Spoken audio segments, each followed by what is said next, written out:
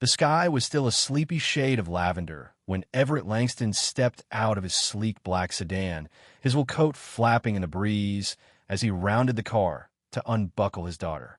6-year-old Lila Langston sat quietly in her wheelchair, bundled in a soft pink cardigan, her small hands gripping the metal arms tightly as the early morning wind kissed her cheeks.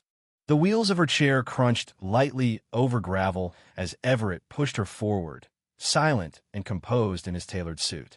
"Where are we going, Daddy?"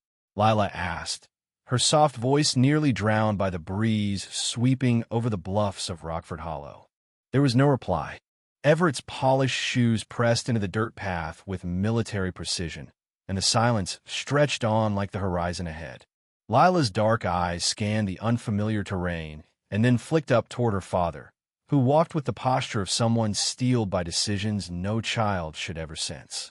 From a nearby pasture, a large white horse lifted its head. Boone was his name, regal and intelligent, a stallion with an uncanny sensitivity, especially toward Lila. The moment he saw the pair moving toward the cliff's edge, his ears twitched and his hooves stamped the grass nervously.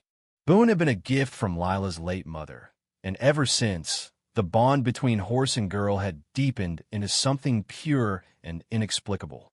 Lila turned her head.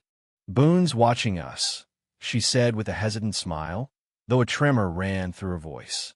"He looks nervous." Everett stopped the wheelchair inches from the edge of the bluff. The drop below stretched deep into the ravine, a chasm of jagged rock and twisted brush. The wind howled louder here, whipping Lila's hair around her face. She instinctively recoiled. "Daddy?" she asked again, panic rising in her voice. Everett's eyes were fixed on the horizon, but his mind was far from it. "Lila," he began, his voice cold, distant. "Sometimes grown-ups have to make hard choices." Boone neighed violently, his front hooves lifting slightly off the ground as if to protest what he sensed was coming. "You're a burden, Lila," Everett said, stepping back. "A mistake Regina and I can't afford." With that, he pushed the wheelchair. Time froze. Lila screamed. The chair tilted and tumbled toward the cliff, metal scraping rock, fabric tearing in the wind. Boone charged the bluff, his powerful legs pounding the earth, but he was too far away. Lila's scream echoed into the abyss and then silence. But fate had not yet abandoned her. By some miracle, the wheelchair caught on a cluster of gnarled branches protruding from the cliffside.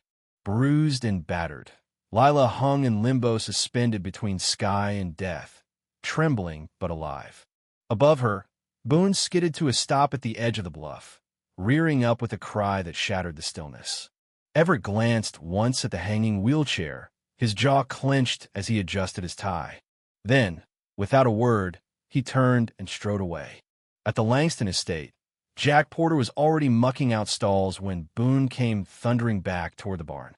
Jack had worked the grounds for decades and had never seen the horse behave like this.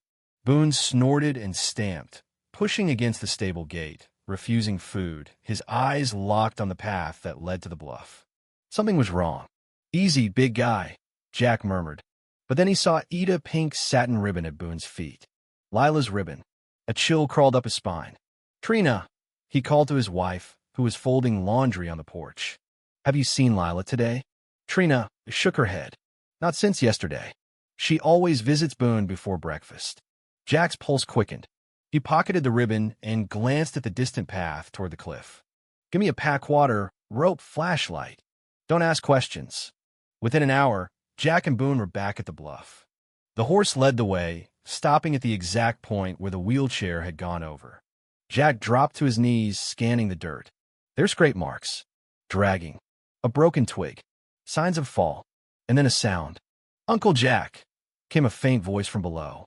"Lila!" Jack shouted, peering over the edge. He spotted Hera, tiny figure wedged in a tangled net of branches, her wheelchair teetering on a narrow outcrop.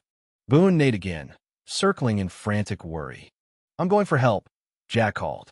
"Hold on, sweetheart. I'll be back." What followed was a race against nature. Jack drove straight to his old friend Pete Harlan's cabin, a former rescue climber with the gear and know how to descend the bluff. Pete didn't hesitate. With the storm clouds gathering on the horizon, they packed harnesses, ropes, carabiner sand, made their way back. Meanwhile, back at the Langston mansion, Everett lied. She's gone to a treatment center, he told staff and Regina. Special program. Confidential. But Trina saw through it. A paper in the trash caught her eye partially burned, bearing Lila's name, and medical records falsified to indicate terminal illness. Trina's hand shook as she called the sheriff. Back at the bluff, Jack held the rope while Pete descended, lightning crackling overhead. The wind battered the cliffside as Pete reached Lila, who clung to her chair, her voice hoarse. "You're safe now," Pete assured, strapping her into a harness.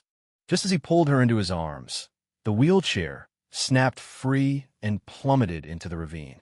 That was when the storm broke. As rain poured, Pete ascended slowly, Jack anchoring the rope. Boone stood like a statue at the cliff's edge, eyes tracking every movement.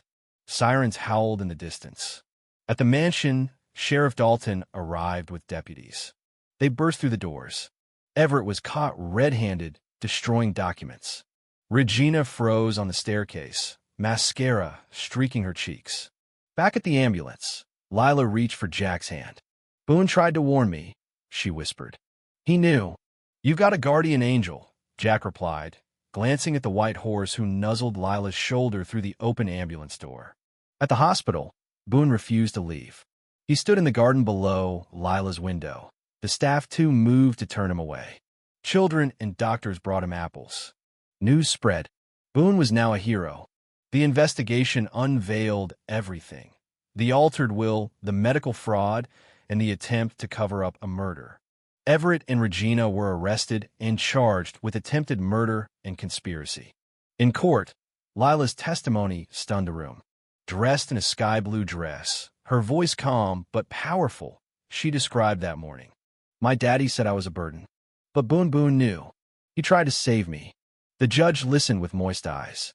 "Young lady," he said after a long pause, "you are the strongest person I've ever met. And Boone is not just a horse. He's a guardian." He sentenced Everett and Regina to the maximum penalty and transferred their assets to a trust in Lila's name managed by Jack and Trina Porter. He then added, with a warm smile, "I hereby recognize Boone as an official emotional support animal with all the rights that come with it." Boone neighed outside the courthouse. Cheers erupted. Lila smiled, holding Jack's hand. "Can we go home now?" she asked. "I want to tell Boone everything." Back at the Porter's home, the community welcomed her with open arms. The barn was converted into a special stable for Boone, facing Lila's bedroom. Her new room was colorful, filled with books and photos. A dream catcher hung in the window. Each morning, Boone neighed to wake her. Each night, he stood watch. Therapy sessions became a joy. Lila's strength grew. She maneuvered her wheelchair like a pro, Boone always by her side. She told stories to him at bedtime. "Boone," she'd whisper, "you were my miracle." The property transformed into a therapeutic writing center. Children came from across the state. Boone led every session, his calm presence healing others, just like he healed her. A year later, Lila rode Boone at her first para-equestrian event, wearing a pendant shaped like a horse. "You nervous?" Trina asked. Lila smiled. "Not with Boone." As they entered the arena, Boone raised his head proudly. The crowd fell silent. The sun shone. And the little girl in the wheelchair, guided by a horse with a heart as big as the world, showed them all what true love and real family looked like.